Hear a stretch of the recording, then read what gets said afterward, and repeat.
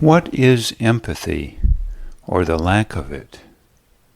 Or you might say, who are kind people, who care and who don't?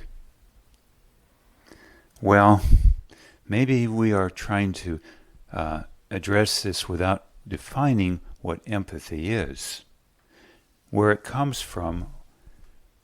Perhaps this is a speculative view, hypothesis. Perhaps empathy is simply the absence of enjoying seeing people suffer, and at your own hand also, if you can make it happen that way. Perhaps thus there's two general groups of people. Those who enjoy seeing people be happy and trying to whatever extent they're able to do so, and having limits also on what they will do to promote their own welfare if it impacts others' happiness in the negative direction. In other words, the concept of self-defense, having limits upon what one will do to defend one's life,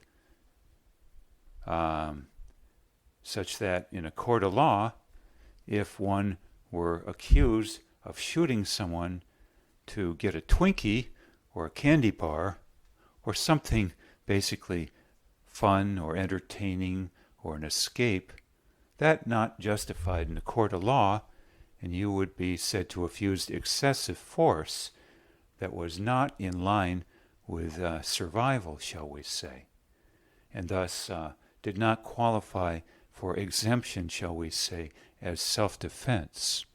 Of course, how that plays out in court is a different matter, depending on lawyers and judges involved.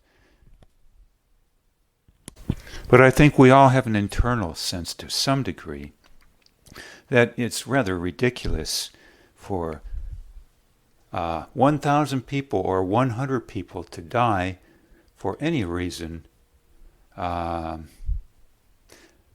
it justified, claim it not justified, so that one person can live for, say, 5, 10 more years, unless, of course, they are a top leader in the country, and then that's perhaps a different story. But for the average person, that outside the bounds then of self-defense.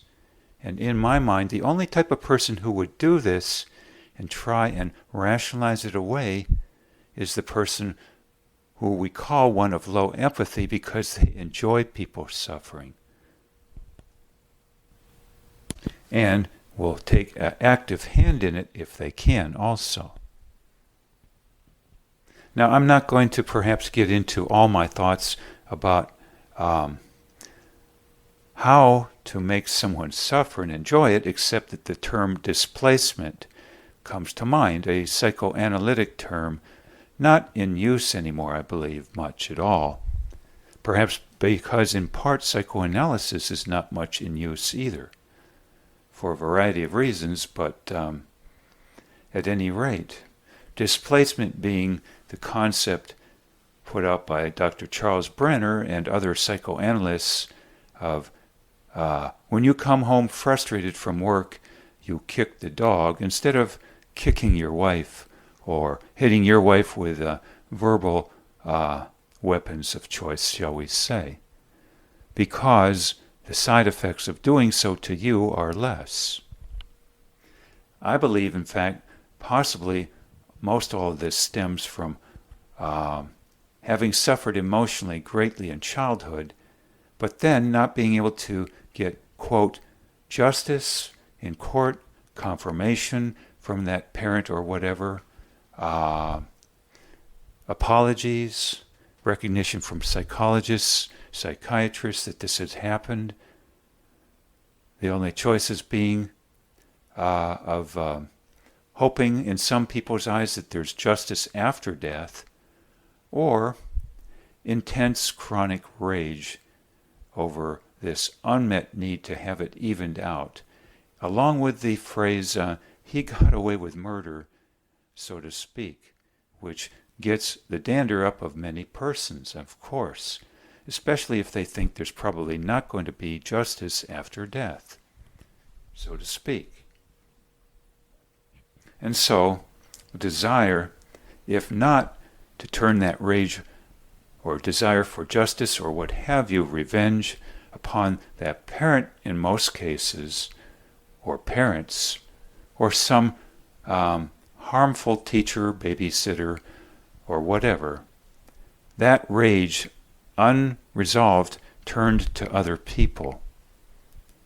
And hence terms such as displacing, or the rather toxic term, I believe, sadist, or sadism, a term I prefer not to use, or just plain being a mean person. Because they can't resolve the rage over the initial instigator of the rage, don't have hopes of that person someday coming to justice or punishment or what have you. No one's backing them up on what has happened, and this rage unresolved or ununderstood, and the person themselves starting it ununderstood, this rage turned to whoever is handy as a so-called patsy, or somebody who is an easy target. Fresh meat, shall we say, to displace, to discharge this rage.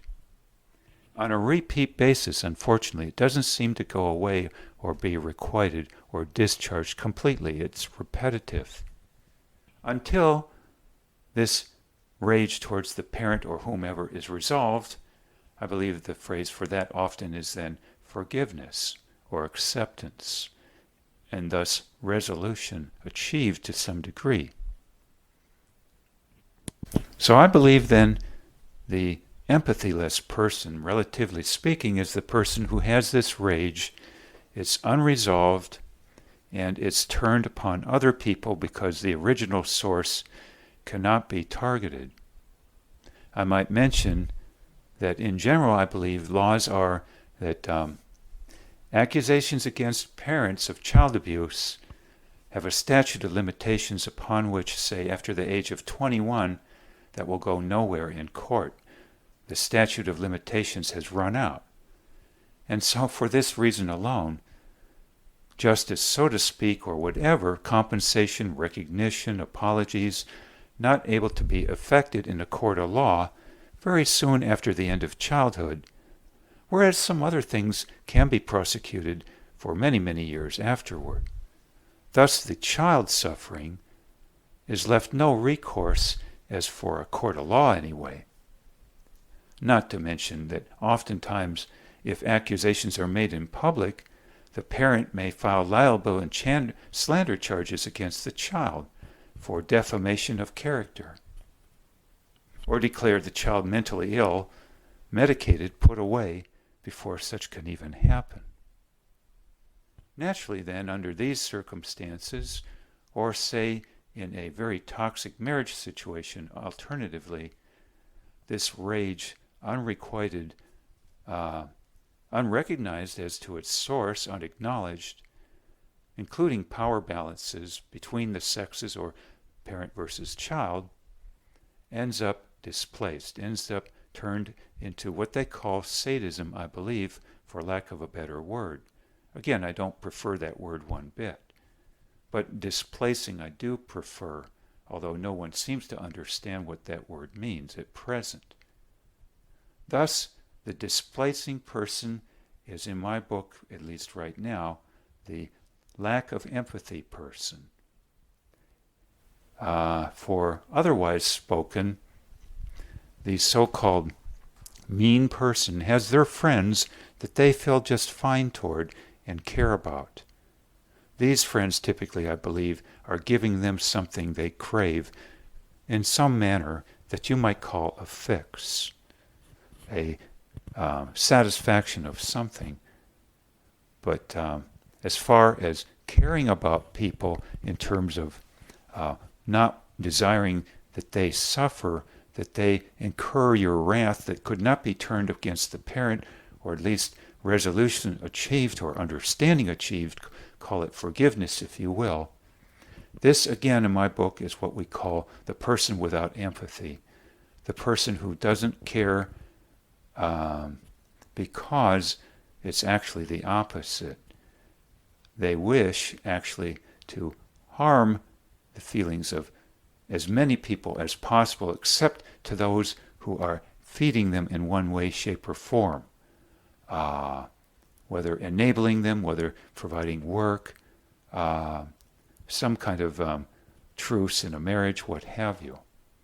Other than that, everyone else fair game if there's a power imbalance. Now this, of course, is speculative of a sort, but I think human intuition tells us quite a bit that these are some thoughts to consider at least. And that the only true resolution is what they call the process of forgiveness or acceptance, or ultimately what I call understanding what made the initial instigator of our wounds tick in the first place, that they had no choice as per the laws of the universe, and if the chain of events that drove that person to do what they did or who they are understood sufficiently, that's called in my book forgiveness, resolution largely attained, and this rage abated almost to nothing, if not nothing, and the person then transformed into a new creature, like a metamorphosis from a mean caterpillar to a beautiful butterfly. That is my view at present of what empathy is or isn't. For otherwise, you might say, under certain circumstances, everyone cares about somebody. In fact, even Mrs. Hitler cared enough about Mr. Hitler to marry him and stay married. And a number of Germans loved Hitler.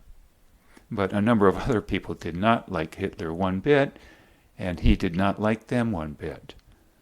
So it's, of course, a matter of what drove Mr. Hitler, Adolf Hitler, in this instance, to be what you call a most non-empathetic person who surely in many instances thus was driven by a desire to see as many people suffer pain as possible, except for those, of course, who were somehow feeding him in the ways he desired to be fed.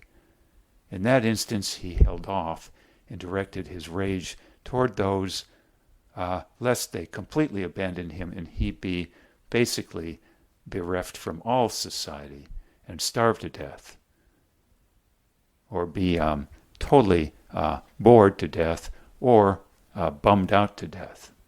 My thoughts on this then.